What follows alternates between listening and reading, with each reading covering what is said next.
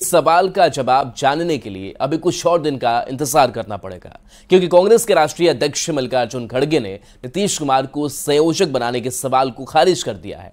मल्लिकार्जुन खड़गे ने press conference के दौरान एक सवाल के जवाब में कहा कि नीतीश कुमार को संयोजक बनाने का सवाल कौन बनेगा करोड़पति जैसा है।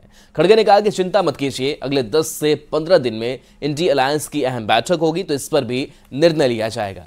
खड़गे ने कहा कि कौन सा पद किसको लेना है ये अगली बैठक में तय होगा। उन्होंने कहा कि लोकसभा चुनाव 2024 को लेकर हम सभी मिलकर काम कर रहे हैं। ये कौन बनेगा करोड़पति बोले जैसा, ये क्वेश्चन आपने जो पूछा है, जब हमारी बैठक होगी उसमें किस ढंग से कौन सा पद किसको लेना है उसमें तय हो जाएगा, अभी 10-15 दिन के बाद। अब दूसरी चीज ये है कि ऐसी कोई बात नहीं है कि सभी लोग कि हर एक के ऊपर सम्मति बताई है और यूनाइटेडली काम कर रहे हैं, तो उसमें कोई गड़बड़ नहीं है। आप चिंता मत कीजिए, आप हमारे साथ रहिए। नीतीश कुमार को इंडी अलायंस का संयोजक बनाने के सवाल को जिस तरह से मल्लिकार्जुन खड़गे ने खारिज कर दिया है, उस पर सियासत गर्मा गई है। जेडीयू के मुख्य प्रवक्ता नीरज कुमार ने कहा है कि यह सवाल ही बेमतलब का है। उन्होंने कहा कि जब हमारे नेता साफ साफ कह चुके हैं कि किसी पद के रेस में नहीं है तो इस सवाल का कोई मतलब ही नहीं है। हालांकि नीरज कुमार ने इशारों में यह भी कहा कि इंडी अलायंस को बिहार मॉडल पर ही चलना होगा। वहीं खड़गे के बयान पर बीजेपी प्रवक्ता नीरज कुमार ने पलटवार किया और उन्होंने अपनी बातें रखी। उनको अपने बयान के निहितार्थ बताएंगे, लेकिन हम इतना जरूर स्पष्ट कर रहे हैं कि हम किसी पद के उम्मीदवार नहीं हैं। कोई पद नहीं, संयोजक और प्रधानमंत्री का पद, ये सब बेमानी बात है, बेतुका बात है। और सीधे तौर पर हम कहना चाहते हैं कि हमारी पॉलिटिकल लाइन क्लियर है कि गैर भाजपा मोर्चा अगर बनाना है तो बिहार मॉडल को अपनाइए, वही देश के अंदर में प्रभावी होगा। एक सीट पर एक का मुकाबला। इंडी अलायंस के संयोजक बनाने के सवाल पर जिस तरह का जवाब आज कांग्रेस अध्यक्ष खड़गे जी ने दिया है, उससे साफ साफ पता लगता है कि नीतीश जी का भविष्य इंडी अलायंस में बिल्कुल अंधेरे में है। उन्होंने तो यहाँ तक कह दिया कि ये कौन बनेगा करोड़पति जैसा सवाल है, मतलब ये सवाल ही अंधेरे में लटका हुआ है, कहीं नीतीश जी की कोई चर्चा भी नहीं है। उन्होंने साथ में ये भी कहा कि हम लोग यहाँ सबकी सहमति से निर्णय लेते हैं, सब मिलजुल कर काम करते हैं, ऐसी कोई प्रस्तावना नहीं है। तो नीतीश जी अब सोचें कि उनका अब क्या होगा, उनका क्या भविष्य है, ये उनको तय करना है। भाजपा के दरवाजे तो उनके लिए बंद हैं। और इस बीच बेतिया से बड़ी जानकारी सामने आ रही है, जहां पीएम मोदी का संभावित दौरा हो सकता है 13 जनवरी को। दौरा यह प्रस्तावित है। रेलवे सहित कई बड़ी योजनाओं की सौगात बिहार को मिल सकती है। बेतिया के रमना मैदान में कार्यक्रम में संभावित है। पीएम मोदी के कार्यक्रम को लेकर तैयारी शुरू कर दी गई है। ईसीआर के डीआरएम ने बेतिया के रमना मैदान का निरीक्षण भी किया है। अधिकारियों के साथ बीजेपी सांसद डॉक्टर संजय जायसवाल भी मौजूद थे। बताया जाता है कि प्रधानमंत्री नरेंद्र मोदी करीब 6500 करोड़ की योजनाओं का उद्घाटन और शिलान्यास करेंगे। डॉक्टर संजय जायसवाल ने केंद्र की कई योजनाओं के क्रियान्वयन में बिहार सरकार की ओर से बाधा उत्पन्न करने का भी आरोप लगाया है। उन्होंने कहा कि भूमि अधिग्रहण के कारण योजनाएं लंबित हैं। में बहुत सारी सौगात मिली है। बेतिया का बाईपास पास हो गया है, पटना पुल पास हो गया है, लेकिन उसके साथ जमीन अधिग्रहण बिहार सरकार को करना है। सबसे दुखद बात यह है कि 2017 में रक्सौल हवाई अड्डे के लिए 250 करोड़ दे दिए गए। आज तक नीतीश कुमार जी ने अधिग्रहण नहीं किया। यहाँ भी पखना पुल के लिए 2 अरब 18 करोड़ रुपए दिए जा चुके हैं। रोज हो रहा है, आज होगा अधिग्रहण, कल होगा। बेतिया बाईपास जो है वो NHAI का भाग है। NHAI में आप किसी तरह का रोक नहीं लगा सकते हैं, वो भारत का नियम है। इसलिए ये इसके लिए भी, लेकिन भूमि अधिग्रहण तो बिहार सरकार को ही करना है। एक तरफ कांग्रेस नीतीश कुमार को संयोजक बनाने के सवाल को टाल रही है, तो दूसरी ओर बिहार के मुख्यमंत्री नीतीश कुमार ज्योति बसु की पुण्यतिथि पर लिफ्ट की ओर से आयोजित एक सेमिनार में हिस्सा लेने कोलकाता जाएंगे। बताया जाता है कि 17 जनवरी को नीतीश ममता दीदी के गढ़ में रहेंगे। नीतीश के इस दौरे को सियासी हल्के में ममता बनर्जी की ओर से इंडी गठबंधन की बैठक में खड़गे का नाम आगे करने के बाद जवाब के तौर पर देखा जा रहा है। हालांकि पार्टी के नेता इस पर संभल कर बयान दे रहे हैं। रिपोर्ट दिखाते हैं।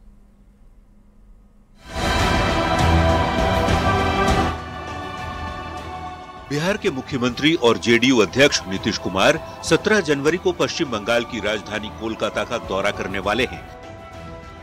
ज्योति बसु की पुण्यतिथि पर लेफ्ट की ओर से आयोजित एक सेमिनार में नीतीश कुमार हिस्सा लेंगे। लोकसभा चुनाव से पहले सीएम नीतीश के इस दौरे को लेकर तमाम सियासी कयास लगाए जा रहे हैं। लेफ्ट के कार्यक्रम में शामिल होने के नीतीश के फैसले को सियासी दांव के रूप में भी देखा जा रहा है। दरअसल इंडी गठबंधन के घटक दलों को एकजुट करने में नीतीश कुमार की अहम भूमिका मानी जाती है। पर हाल ही में दिल्ली में हुई इंडी अलायंस की बैठक में ममता बनर्जी और अरविंद केजरीवाल ने गठबंधन की ओर से नेता के तौर पर कांग्रेस अध्यक्ष मल्लिकार्जुन खड़गे का नाम आगे कर दिया था।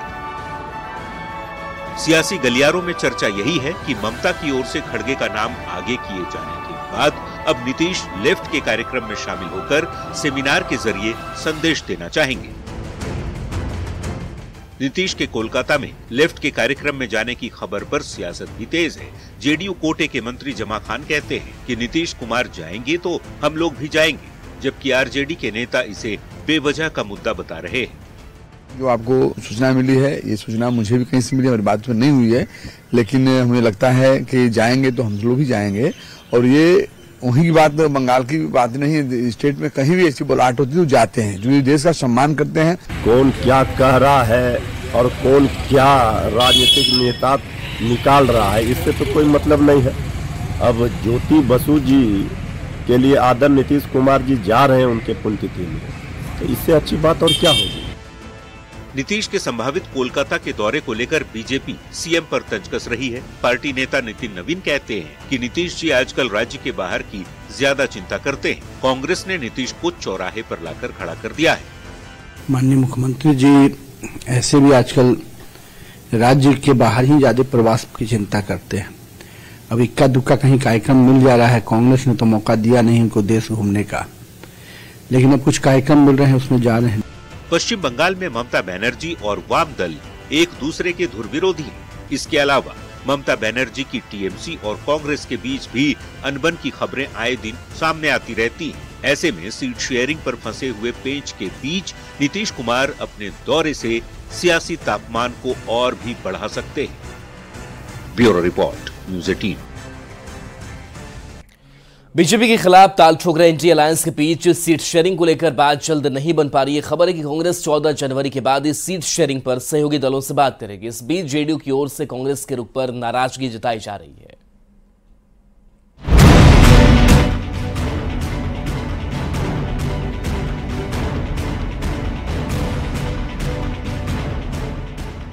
इंडी गठबंधन में सीटों के बंटवारे को लेकर लगातार सवाल खड़े हो रहे हैं। जेडीयू की तरफ से कांग्रेस को लेकर जिस तरह के बयान आ रहे हैं, उससे यही लग रहा है कि नीतीश कुमार की पार्टी कहीं न कहीं कांग्रेस के रवैये से नाराज है। शुक्रवार को जेडीयू नेता नीरज कुमार ने संयोजक पद को लेकर कहा था कि क्या नीतीश कुमार ने संयोजक पद का कोई आवेदन दिया है, तो इसके अगले ही दिन बिहार सरकार के एक बड़े मंत्री और नीतीश के बेहद करीबी विजय चौधरी कांग्रेस से पूछ रहे हैं कि आखिर अब तक सीटों का बंटवारा क्यों नहीं हुआ। जितना जल्द सीटों का बंटवारा होगा, विपक्ष के लिए माहौल उतना ही अच्छा बनेगा। सीटों का बंटवारा जितनी जल्दी हो जाएगा, उतने ही गठबंधन के पक्ष का माहौल बनेगा। हम अभी भी कह रहे हैं कि जितना जल्द हो जाए सीटों का बंटवारा उतना अच्छा है। जितना जल्द या जितना पहले होता उतना अच्छा था।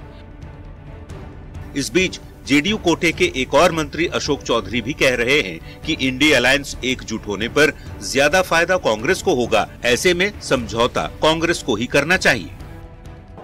तो ये तो भारतीय राष्ट्रीय कांग्रेस को देखना है कि अगर भारतीय जनता पार्टी रुकती है तो सबसे ज्यादा फायदा भारतीय राष्ट्रीय कांग्रेस को होगा। तो निश्चित रूप से जिसको फायदा ज्यादा होगा, सेक्रीफाइस भी उसी को ज्यादा करना पड़ेगा। जेडीयू के नेता चाहे जो कह लें, पर कांग्रेस 14 जनवरी तक सीट शेयरिंग की बातों को टाल रही है। बताया जा रहा है कि सीट शेयरिंग पर 14 जनवरी तक कांग्रेस कोई बात नहीं करेगी। वैसे कांग्रेस पार्टी राहुल गांधी की भारत जोड़ो न्याय यात्रा की तैयारियों में ही व्यस्त नजर आ रही है। पार्टी अध्यक्ष मल्लिकार्जुन खड़गे को सुनिए। भारत जोड़ो न्याय यात्रा 14 तारीख को शुरू करने वाले हैं। करीब 6,700 किलोमीटर दूरी तय करके ये यात्रा मुंबई में समाप्त होगी।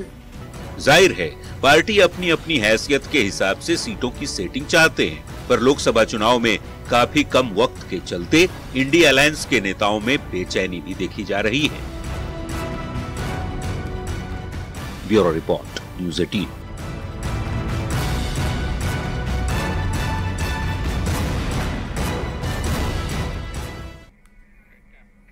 और चलिए रुकेंगे एक ब्रेक के लिए, जल्द वापस आते हैं।